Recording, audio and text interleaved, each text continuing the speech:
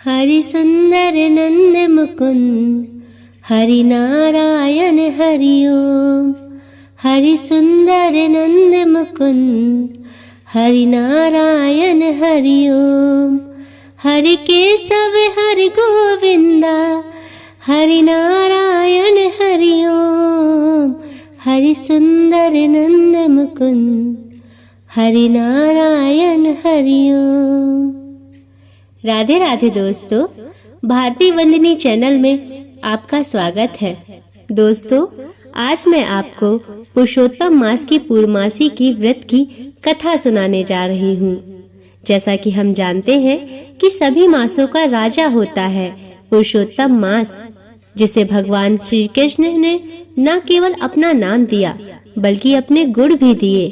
पूर्णमासी व्रत रखने से हर मनोकामना की पूर्ति होती है, दाम्पत्य जीवन सुखमय होता है, धन संबंधी परेशानियां दूर हो जाती हैं, माता पिता के स्वास्थ्य में सुधार आता है तथा वे दीर्घायु होते हैं और जातक की कुंडली में चंद्र दोष समाप्त हो जाता है और भगवान श्री हरि विष्णु की असीम कृपा की प्राप्ति होती है। लेकिन आगे बढ़ने से पहले मेरा आप सभी भाई बहनों से निवेदन है कि यदि अभी तक आपने चैनल को सब्सक्राइब नहीं किया है तो कृपया करके चैनल को सब्सक्राइब अवश्य कर लीजिए और अगर आपको वीडियो पसंद आती है तो वीडियो को लाइक जरूर किया करिए और बगल में बनी हुई घंटी को अवश्य दबाया करिए। मेरा आपसे निवेदन है कि यदि आप लोगों को कहानियाँ पसंद आ रही हैं, कथाएं पसंद आ रही हैं तो कृपया करके चैनल को सब्सक्राइब अवश्य किया करें ताकि आपकी बहन यानी कि मैं मोटिवेट रह सकूं और आपके लिए ऐसी ही पवित्र कथा कहानियाँ लाती रहूं। कृपया करके मेरा सपोर्ट कीजिए। तो चलिए भगवान हरि के दर्शन करते हुए कहानी को प्रारंभ करते हैं। द्वापर युग में एक बार यशोदा माँ ने श्री कृष्ण से कहा, कन्हैया, तुम सारे संसार के उत्पन्न करता हो, पालनहारी हो, संहार करता हो। आज मुझे कोई ऐसा व्रत बताओ जिसको करने से स्त्रियों को मृत्यु लोक में भी विधवा होने का भय न रहे और सभी मनुष्यों की मनोकामनाएं पूर्ण करने वाला हो। तब श्री कृष्ण बोले, हे माता, तुमने अति सुंदर प्रश्न किया है। मैं तुमसे एक ऐसे ही व्रत का विस्तार में वर्णन करता हूँ। सौभाग्य प्राप्ति के लिए स्त्रियों को 32 पूर्णमासी का व्रत करना चाहिए। इस व्रत को करने से स्त्रियों को सौभाग्य की प्राप्ति होती है। तब यशोदा जी कहने लगी, हे कृष्ण, इस व्रत को सबसे पहले मृत्यु लोक में किसने किया था? इस विषय में विस्तार से मुझे बताओ। तब श्री कृष्ण ने बताया, इस भूमंडल पर अनेक प्रकार के रत्नों से सुशोभित कार्तिका नाम की एक नगरी थी। वहाँ चंद्रहास नामक राजा राज्य करता था। उसी नगर में धनेश्वर नाम का एक ब्राह्मण उसकी स्त्री जो कि अति सुशीला और रूपवती थी उसके साथ रहता था।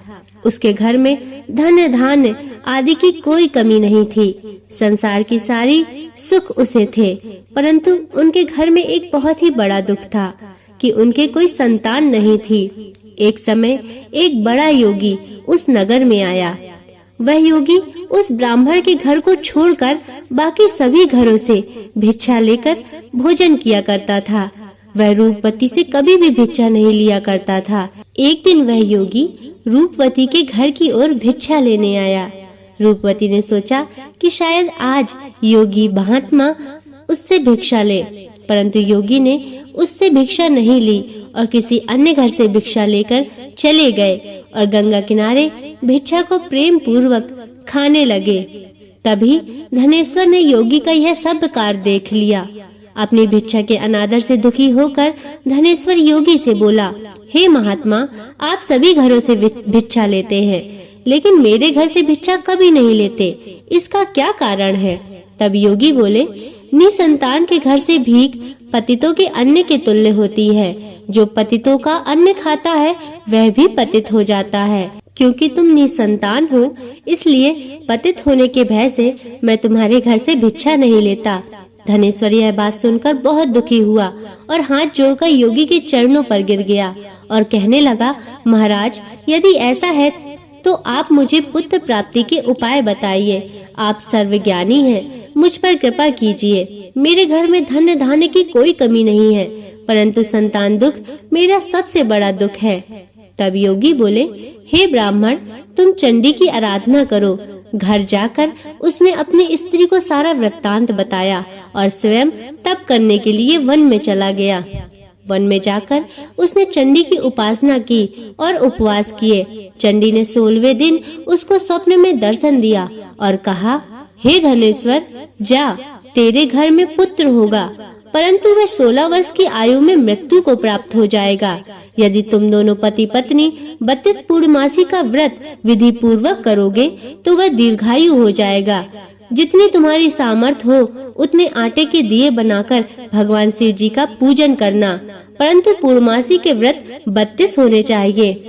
प्रातः काल होने पर इस स्थान के समीप तुम्हें आम का वृक्ष दिखाई देगा। उस पर चढ़कर एक फल तोड़कर तुम शीघ्र ही अपने घर चले जाना और अपनी स्त्री से सब वृत्तांत कहना। ऋतु स्नान करके स्वच्छ होकर श्री शंकर भगवान का ध्यान करके उस फल को यदि तुम्हारी स्त्री खा लेगी, तब शंकर भगवान की कृपा से उसको गर्भ हो जाएगा। जब वह ब्राह्मण प्रातः काल उठा तो उसने उस स्थान के पास ही आम का वृक्ष देखा, जिस पर एक अत्यंत सुंदर आम का फल लगा हुआ था। उस ब्राह्मण ने उस आम के वृक्ष पर चढ़कर फल तोड़ने का प्रयत्न किया, परंतु वृक्ष पर कई बार चढ़ने के बाद भी वह फल नहीं तोड़ पाया। तब उस ब्राह्मण को चिंता होने लगी। तब वह विघ्न विनाशक श्री गणेश जी का चिंतन करने लगा और बोला, हे दयानिधे, हे विघ्न विनाशक, हे मंगलकारी, आप मुझे इतनी शक्ति दे कि मैं अपने कार्य में सफल हो सकूं। इस तरह प्रार्थना करने पर गणेश जी की कृपा से वह पेड़ पर चढ़ गया और उसने सुंदर आम के फल को तोड़ लिया। फल तोड़ने के बाद उस ब्राह्मण ने जल्दी से घर जाकर अपनी स्त्री को फल दे दिया और उसकी स्त्री ने अपने पति के कहे अनुसार उस फल को खा लिया और वह गर्भवती हो गई। देवी जी की असीम कृपा से उसे एक अत्यंत सुंदर पुत्र प्राप्त हुआ, जिसका नाम उसने देवी दास रखा। माता पिता के हर्ष और शोक के साथ वह बालक शुक्ल पक्ष के चंद्रमा के भांति अपने पिता के घर में बड़ा होने लगा। भवानी की कृपा से वह बालक बहुत ही सुंदर, सुशील और विद्या में निपुण हुआ। माँ दुर्गा की आज्ञा अनुसार उसकी माँ ने 32 पूर्णमासी का व्रत रखना शुरू कर दिया, जिससे उसकी आयु दीर्घायु हो जाए। 16 वर्ष लगते ही उसके माता पिता को बड़ी चिंता होने लगी कि कहीं इस वर्ष उनके पुत्र की मृत्यु न हो जाए, जैसा कि माँ दुर्गा ने बताया था। यह सब सोच करके वे दोनों बहुत व्यथित रहने लगे। इसलिए उन्होंने देवीदास के मामा को बुलाया और उनसे बोला कि हमारी इच्छा है कि 1 वर्ष तक देवीदास काशी में रहकर ही विद्या अध्ययन करे और उसको अकेला भी नहीं छोड़ना चाहिए, इसलिए उसके साथ तुम चले जाओ और 1 वर्ष के पश्चात उसे वापस ले आना। जाने के सब प्रबंध करके उसके माता पिता ने देवीदास को काशी जाने के लिए एक घोड़े में बैठाकर उसके मामा के साथ भेज दिया, परंतु अपने मन की बात उसके मामा या किसी अन्य को नहीं बताई।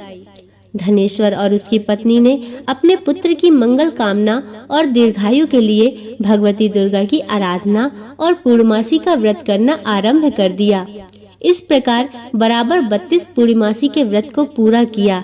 कुछ समय पश्चात एक दिन वह दोनों मामा और भांजा मार्ग में रात बिताने के लिए किसी गांव में ठहरे हुए थे।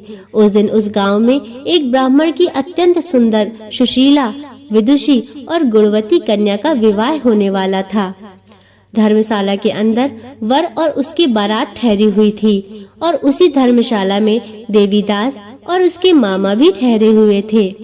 संयोगवश कन्या को तेल आदि चढ़ा करके मंडप आदि का कार्य पूरा किया गया तो लग्न के समय वर को धनुर्वात हो गया। इसलिए वर के पिता ने अपने कुटुंबियों से परामर्श करके निश्चय किया कि यह देवीदास मेरे पुत्र जैसा ही सुंदर है, मैं इसके साथ ही लग्न करवा देता हूँ और बाद में विवाह के अन्य कार्य मेरे लड़के के साथ हो जाएंगे। ऐसा विचार करके वर का पिता देवीदास के मामा के पास पहुँचा और उनसे बोला कि तुम थोड़ी देर के लिए अपना भांजा हमें दे दो, जिससे विवाह के लग्न का कार्य सुचारू रूप से हो सके। तब उस समय मामा कहने लगा, कि जो कुछ भी कन्यादान के समय वर को मिले वह सब हमें दिया जाए, तो मेरा भांजा इस बारात का दूल्हा बन जाएगा।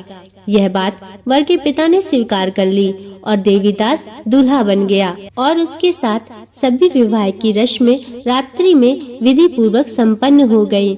पत्नी के साथ वह भोजन करने लगा तो अपने मन में सोचने लगा, न जाने किसकी स्त्री होगी। वह एकांत में इसी सोच में गर्म सांस छोड़ने लगा और उसकी आंखों में आंसू भी आ गए। तब लड़की ने पूछा, क्या बात है, आप इतने उदास और दुखी क्यों लग रहे हो? तब देवीदास ने सारा वृत्तांत कह सुनाया। तब कन्या बोली, यह ब्रह्म विवाह के विपरीत कैसे हो सकता है? देव, ब्राह्मण और अग्नि के सामने मैंने आपको अपना पति माना है, इसलिए आप ही मेरे पति रहेंगे और मैं आपकी पत्नी रहूंगी और किसी अन्य की कदापि नहीं। तब देवीदास ने कहा, आप ऐसा मत कहिए, क्योंकि मेरी आयु अभी बहुत कम है। यदि बीच में मुझे कुछ हो गया तो मेरे पश्चात आपकी क्या गति होगी? इन बातों का आपको विचार करना चाहिए। परंतु वह दृढ़ विचारों वाली कन्या थी। वह बोली, जो आपकी गति होगी वही मेरी गति होगी। हे स्वामी, आप उठिए और भोजन करिए, आप निश्चय ही भूखे होंगे। इसके बाद उन लोगों ने भोजन किया और शेष रात्रि आराम से काटी। सुबह देवीदास ने अपनी स्त्री को 3 नगों से जड़ी हुई एक अंगूठी दी और एक रुमाल दिया और बोला, हे प्रिय, इसे लो और संकेत समझकर स्थिर चित हो जाओ। मेरा मन और जीवन जानने के लिए एक पुष्प वाटिका बना लो, उसमें सुगंधित 9 मल्लिका लगाओ, उसको प्रतिदिन जल से सींचा करो और आनंद के साथ रहो। जिस समय जिस दिन मेरा प्राणांत होगा यह फूल सूख जाएंगे और जब यह फिर से हरे भरे हो जाएं, तो जान लेना कि मैं जीवित हूँ। यह बात निश्चय कर समझ लेना, इसमें कोई भी संशय नहीं है। इतना कहकर देवीदास वहाँ से चला गया। प्रातः काल होते ही वहाँ पर गाजे बाजे बजने लगे और जिस समय विवाह समाप्त करने के लिए वर तथा सब बाराती मंडप पर आए, तब कन्या ने वर को भली प्रकार से देखकर अपने पिता से कहा, यह मेरा पति नहीं है। मेरा पति वही है जिसके साथ रात्रि में मेरा पाणिग्रहण हुआ था। इसके साथ मेरा विवाह नहीं हुआ। यदि यह वही पुरुष है तो मुझे बताए, मैंने इसको क्या दिया? कन्यादान के समय जो आभूषण आदि दिए गए थे उन्हें दिखाए तथा रात में मैंने क्या गुप्त बातें इनसे कही वह सब सुनाए।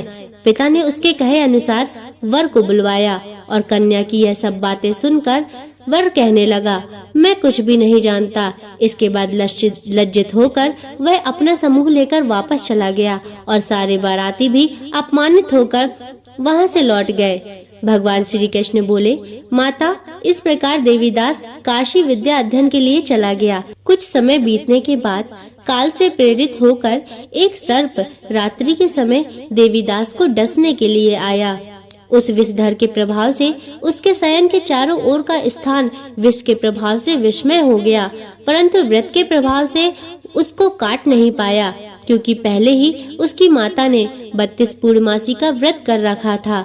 इसके बाद मध्याह्न के समय स्वयं काल वहाँ पर आया और उसके शरीर से उसके प्राणों को निकालने का प्रयत्न करने लगा, जिससे वह मूर्छित होकर पृथ्वी पर गिर गया। भगवान की कृपा से उसी समय माता पार्वती के साथ भगवान शंकर वहाँ पर आ गए। उसको मूर्छित दशा में देखकर पार्वती जी ने भगवान शंकर से प्रार्थना की कि हे महाराज, इस बालक की माता ने पहले ही 32 पूर्णमासी का व्रत किया था, अतः पूर्णमासी के व्रत के प्रभाव से हे स्वामी, आप इसको प्राण दान दें। भवानी के कहने पर भक्त वत्सल भगवान शिव जी ने उसको प्राण दान दे दिया। इस व्रत के प्रभाव से काल को भी पीछे हटना पड़ा और देवीदास स्वस्थ होकर बैठ गया। और इधर दूसरी ओर उसकी स्त्री ने देवीदास के कहे अनुसार एक पुष्प वाटिका लगाई और वहाँ वो उन पुष्पों को रोज सींचा करती थी। एक दिन अचानक उसने देखा कि सभी पुष्प मुरझा गए हैं। वह बहुत ही आश्चर्यचकित हुई और व्यथित हो उठी, पर फिर उसने देखा कि सारे पुष्प एक एक करके हरे भरे हो रहे हैं। तब उसे इस बात की संतुष्टि हुई कि उसका पति अब ठीक ठाक और स्वस्थ है। यह देखकर वह बहुत ही प्रसन्न हुई और अपने पिता से बोलने लगी, पिताजी, मेरे पति जीवित हैं, आप उनको ढूंढिए। जब 16 वर्ष व्यतीत हो गए तो देवीदास भी अपने माता पिता के घर की ओर अपने मामा के साथ चल दिए। यहाँ उसके ससुर उसको ढूंढने के लिए अपने घर से निकलने ही वाले थे कि वह दोनों मामा भांजे वहाँ पर आ गए। उनको आया हुआ देखकर उसके ससुर को बहुत प्रसन्नता हुई और वह प्रसन्नता के साथ उन्हें अपने घर लेकर आए। उस समय नगर के निवासी भी वहाँ इकट्ठा हो गए और सबने निश्चय किया कि अवश्य ही इसी बालक के साथ कन्या का विवाह हुआ था। उस बालक को जब कन्या ने देखा तो वह बोली कि पिताजी, यही मेरे वर हैं, यही मेरे पति परमेश्वर हैं। कुछ दिन बाद देवीदास के ससुर ने देवीदास को बहुत सा उपहार देकर अपनी बेटी को विदा किया। जब देवीदास अपने गांव के निकट पहुंचा तो गांव के कई लोगों ने उसे देख लिया और उसके पहुंचने के पहले ही उसके माता पिता को उसके पहले ही खबर दे दी कि तुम्हारा पुत्र देवीदास अपनी पत्नी और मामा सहित आ रहा है। ऐसे समाचार सुनकर पहले तो माता पिता को विश्वास ही नहीं हुआ, परंतु जब और लोगों ने भी आकर यही बात बताई तो उन्हें बड़ा आश्चर्य हुआ। फिर थोड़ी देर में देवीदास ने आकर अपने माता पिता के चरणों में सर रखकर प्रणाम किया और उसकी पत्नी ने भी अपने सास ससुर के चरणों को स्पर्श किया। तब माता पिता ने अपने पुत्र और पुत्रवधू को अपने हृदय से लगा लिया और दोनों की आंखों में प्रेम के अश्रु बह चले। अपने पुत्र और पुत्रवधू के आने की खुशी में धनेश्वर ने बड़ा भारी उत्सव किया और ब्राह्मणों को दान दक्षिणा देकर प्रसन्न किया। भगवान बोले, इस प्रकार धनेश्वर 32 पूर्णिमासी के व्रत के प्रभाव से पुत्रवान हो गया। जो भी स्त्री इस 32 पूर्णिमासी के पावन व्रत को करती है वे जन्म जन्मांतर में कभी भी विधवा का दुख नहीं झेलती और हमेशा सौभाग्यवती रहती है। यह व्रत पुत्र पौत्र देने वाला तथा संपूर्ण मनोकामनाओं को पूरा करने वाला है। 32 पूर्णिमासी का व्रत करने पर सभी मनोकामनाएं भगवान शिव और माता पार्वती के आशीर्वाद से पूरी हो जाती हैं। तो प्रेम से बोलिए, भगवान शिव शंकर की जय, माता पार्वती की जय, भगवान श्री हरि विष्णु की जय। दोस्तों, आशा करती हूँ कि आपको यह कथा पसंद आई होगी। इसमें जो त्रुटियां हों तो मुझे क्षमा करें और यदि आपको वीडियो पसंद आया है तो चैनल को सब्सक्राइब अवश्य करें और कमेंट में श्री हरि विष्णु हर हर महादेव जरूर लिखें और कमेंट में हमें बताएं कि आपको कथा कैसी लगी। तो चलिए अब अगले वीडियो तक के लिए नमस्कार।